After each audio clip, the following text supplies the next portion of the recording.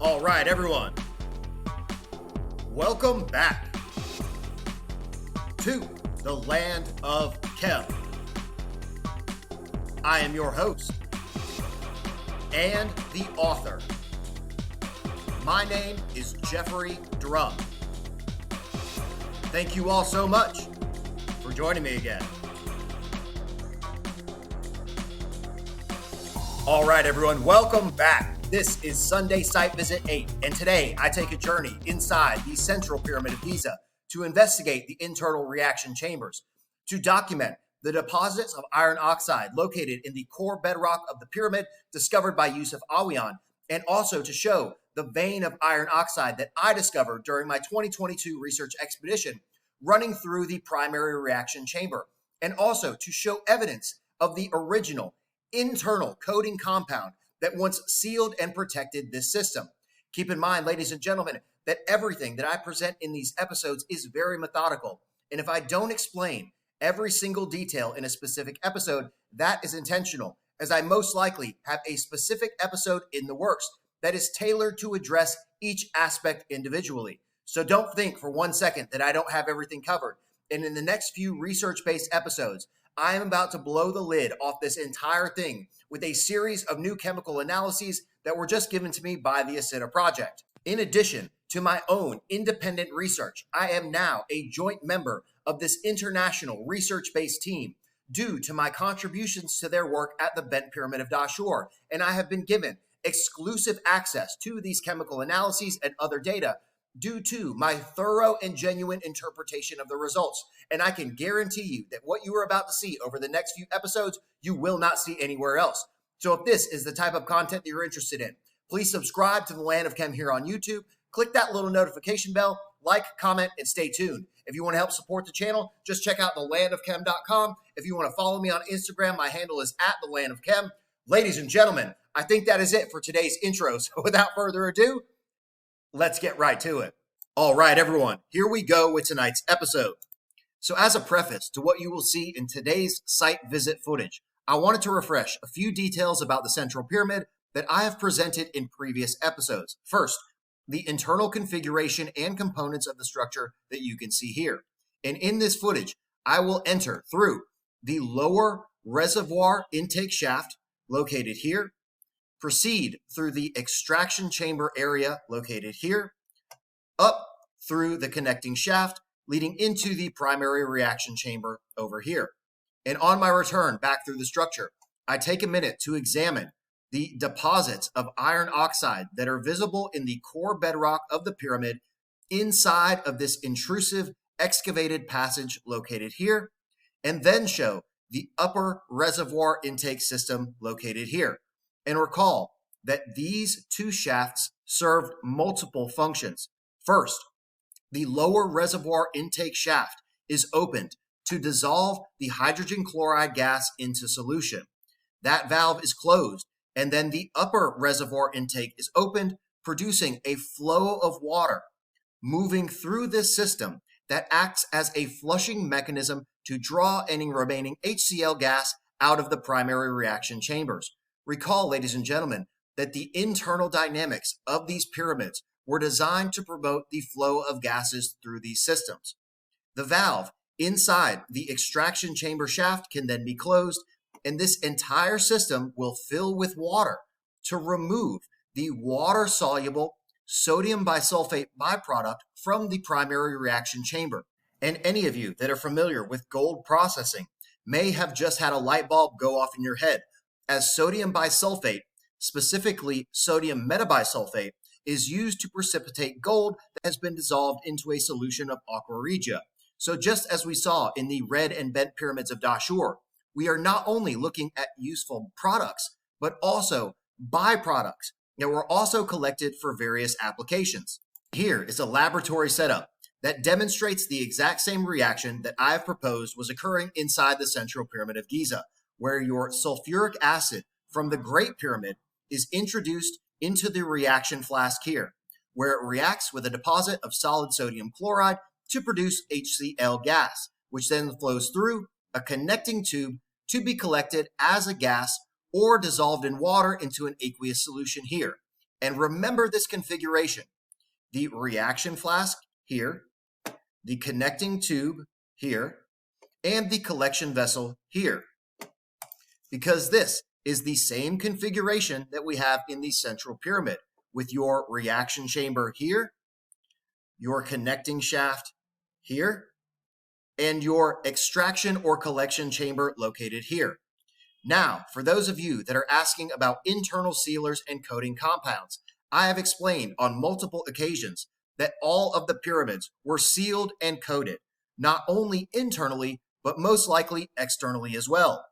As you can see here, from a Lauer sample taken in 1982 from the exterior casing stones of the Great Pyramid that shows a synthetic coating layer on the outside of the stone here.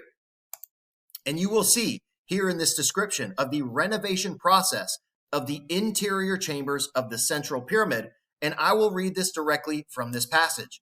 So the directors of the monuments had put together a team of Egyptian archaeologists, conservators, and architects to work on this plan throughout the past year, and they have completed the required renovation and cleaning efforts, which included, number 2, mechanical removal of the salt buildup from the walls. Number 3, a complete treatment for the floor within the pyramid, consisting of removal of the stone blocks around the granite sarcophagus, which were placed there during a previous conservation effort, and replacement of these blocks with others that better suit the stone floor. And number 5, removal of some of the old finishing mortar, i.e. coating compound, which was detaching from the wall and refinishing with a more modern, stronger mortar composed of sand and lime. So there was not only a salt buildup inside of this chamber, indicating the sodium chloride that was involved in the primary reaction to produce HCl gas, but also a sealing and coating compound that covered the inside of these chambers and passages to prevent corrosion of the stone. And you will see direct evidence of the remaining non-reactive coating compound in the on-site footage. So now, ladies and gentlemen, without further ado, let's take a journey inside of these ancient chemical reaction chambers, and I hope you enjoy. All right, everyone. Welcome back. And today, taking a journey inside the central pyramid of Giza.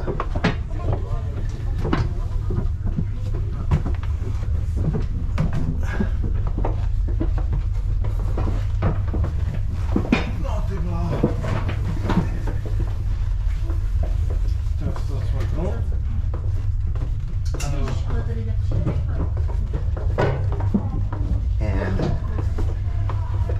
it is getting extremely hot here in Egypt, and let me tell you, it is extremely nice to come down here inside the shade.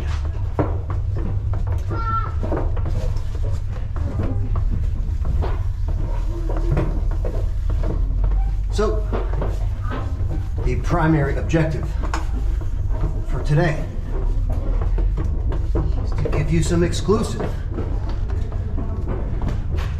high-definition footage of the discovery that we made, or I made, during my last expedition inside the structure. So, two-part discovery. First part, discovered by Yusuf Awiyan, which is the iron oxide deposit in the core of the structure. Second part is my personal discovery, the iron oxide deposit running through the primary chamber. And on the way out, I will describe the flow process of the reaction sequence that was producing the dilute solution of hydrochloric acid inside of the structure.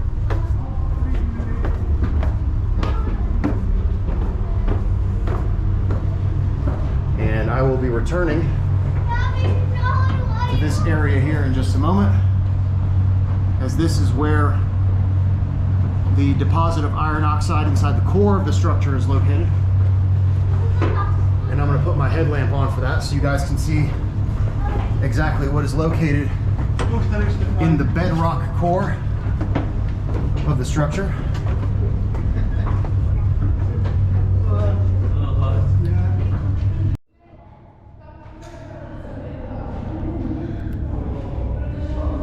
And you can see here,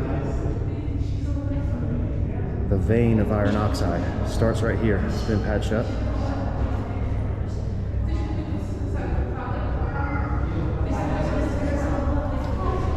Oh, these things are new. But the vein runs here.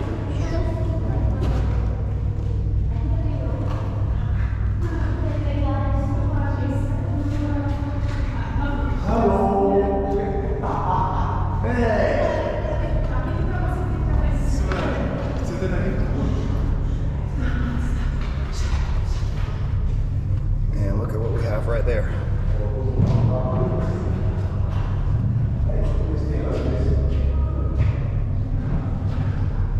Iron oxide running through the core of the structure.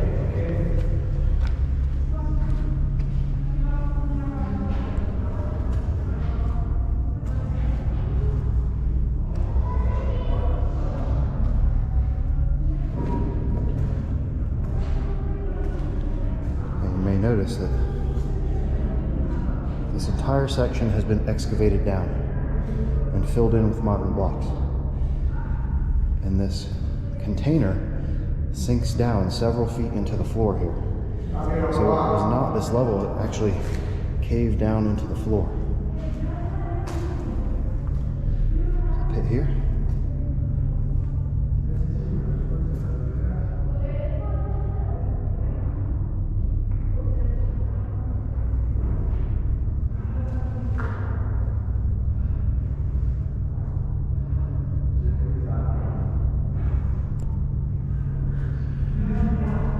This vein starts all the way up here, goes down.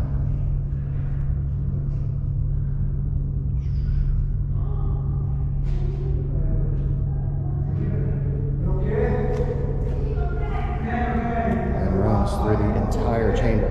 There it is right there.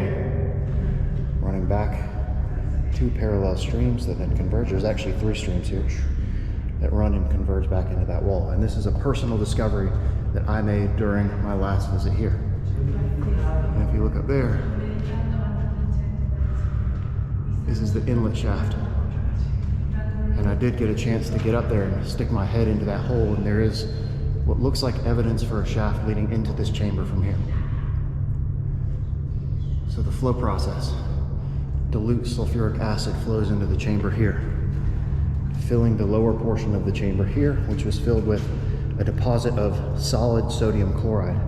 And of course, they have discovered inside of this chamber was filled with a deposit of sodium chloride, salt.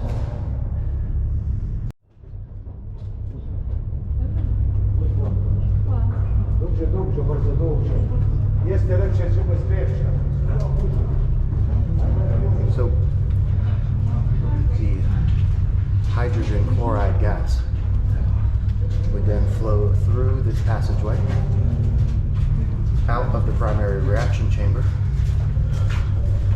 Hiya.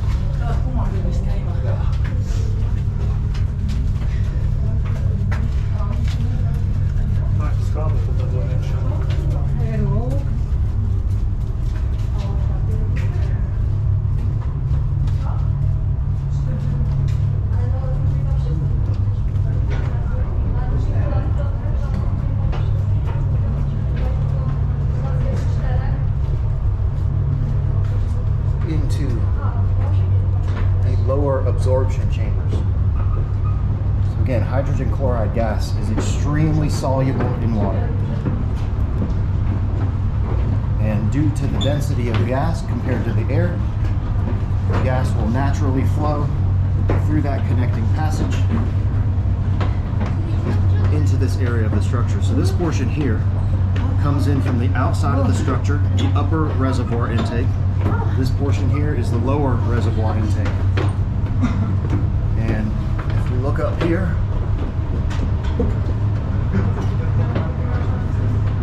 this is the bedrock core of the structure. And you can see, hopefully in there, the prolific amount of iron oxide inside the core of the structure.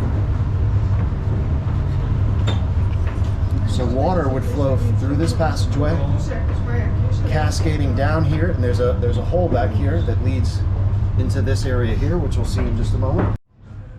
And from this vantage point, you can see that there's another shaft that goes back behind this block. So the water would flow, it's a flushing mechanism.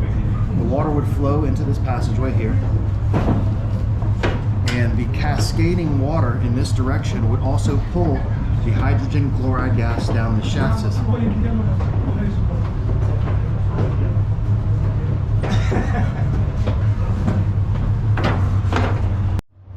I hope you could see here. So there was an original coating layer that completely covered the interior walls of these chambers that has been mechanically removed during the quote-unquote restoration process.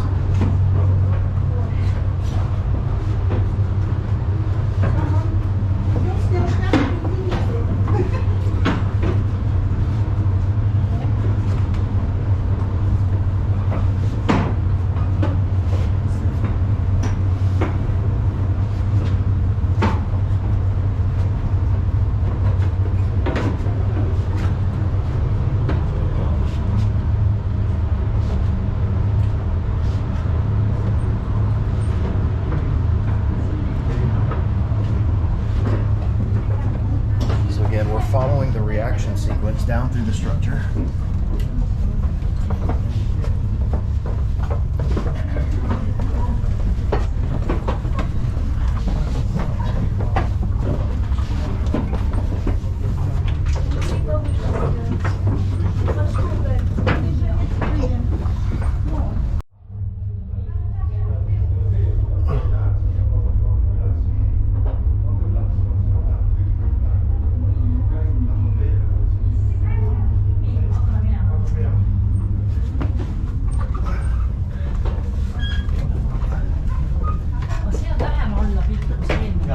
Leading down to the lower reservoir intake.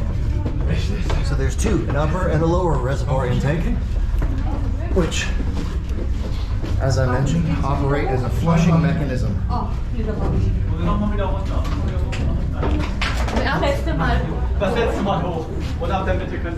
And this is your extraction chamber.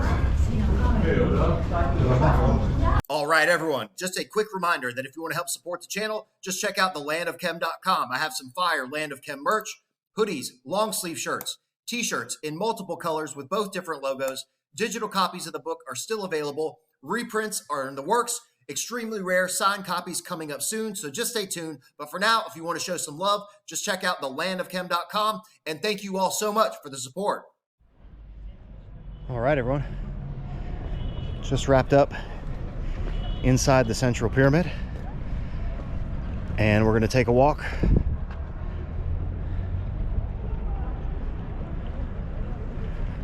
around the corner to investigate the Eastern Temple and get some better high-def footage, the iron oxide deposits, and there's something else I want to see over there. And let me just turn my camera around so you can see. There's already a bunch of iron oxide visible here out on front of the northern side of the pyramid.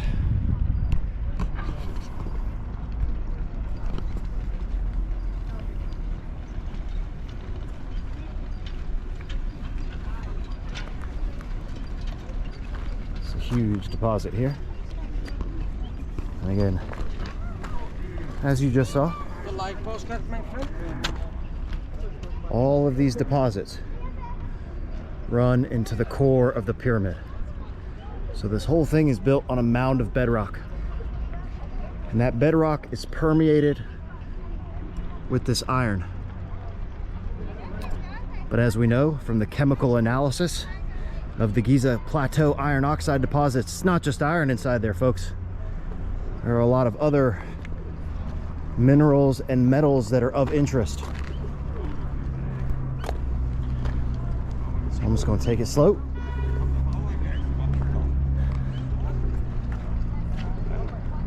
Great pyramid there.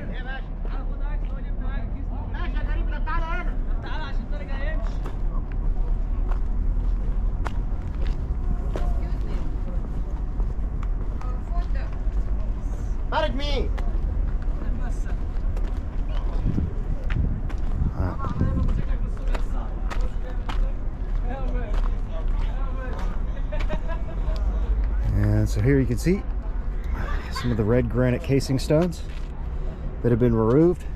These are marks from quarrying, where later civilizations were coming along and quarrying from these casing stones,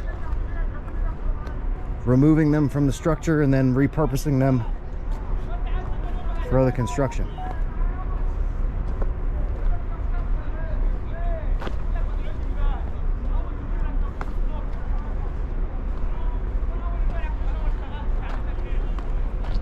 And it is hot as hell out here. Also, haven't had anything to drink or eat today. The Ramadan fasting. But we're almost ready for iftar.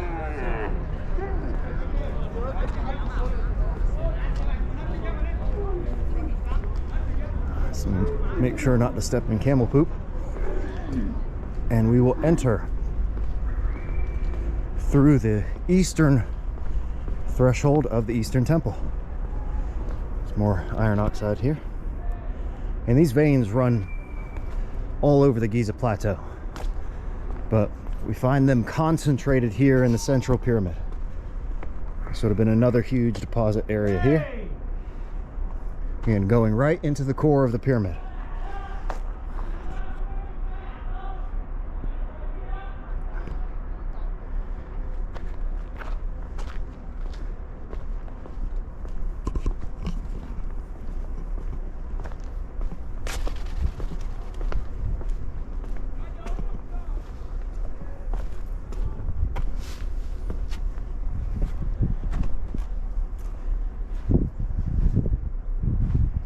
And I know I've shown this before in previous videos, but I love this portion of the structure.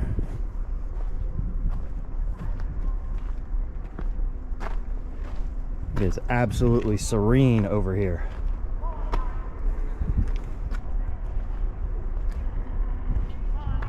And there we can see more iron here. And here on the plateau, it would be more unusual if you didn't see it.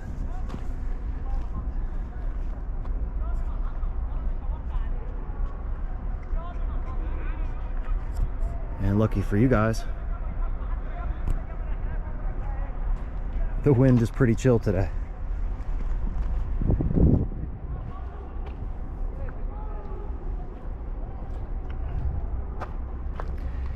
So we're gonna walk over here so you can see the precise location of these calcite blocks. And you can see a huge deposit here, which probably would have filled this area. You can see this flowing into this area here. And you can see right there and right there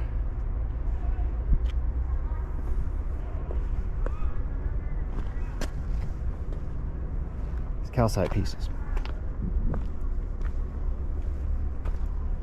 Again, white calcite crystal, or alabaster.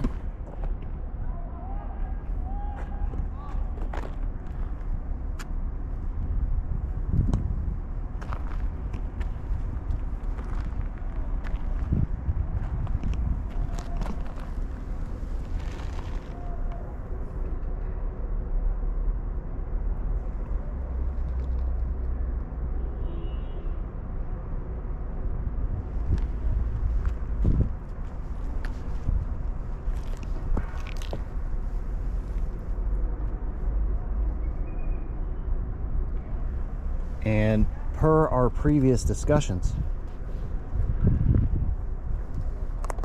these blocks would have been absolutely resonating with ultrasound and the conduit.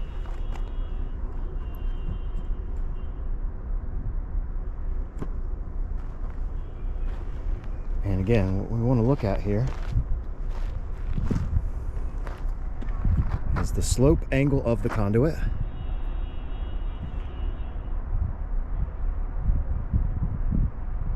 hell yeah, leading down, out, away from the structure. So my question is, what was originally housed in this component here, and then flowing out under this little lentil here,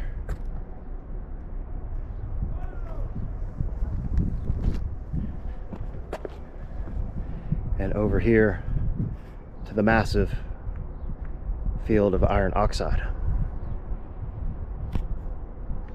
All right, everyone, that is it for today's video. This was Sunday Site Visit 8 inside the Central Pyramid of Giza. I really hope you enjoyed today's video.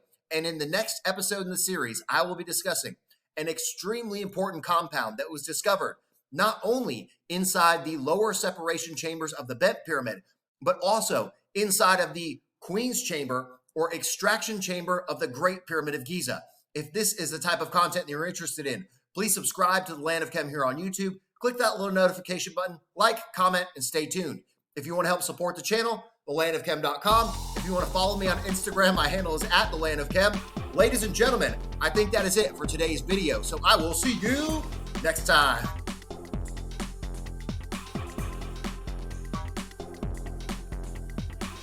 Yo, are you still watching this? Please subscribe to the Land of Chem here on YouTube and click that little notification button. New videos coming out every single week. And check out this other episode. Come on, do it. Do it now.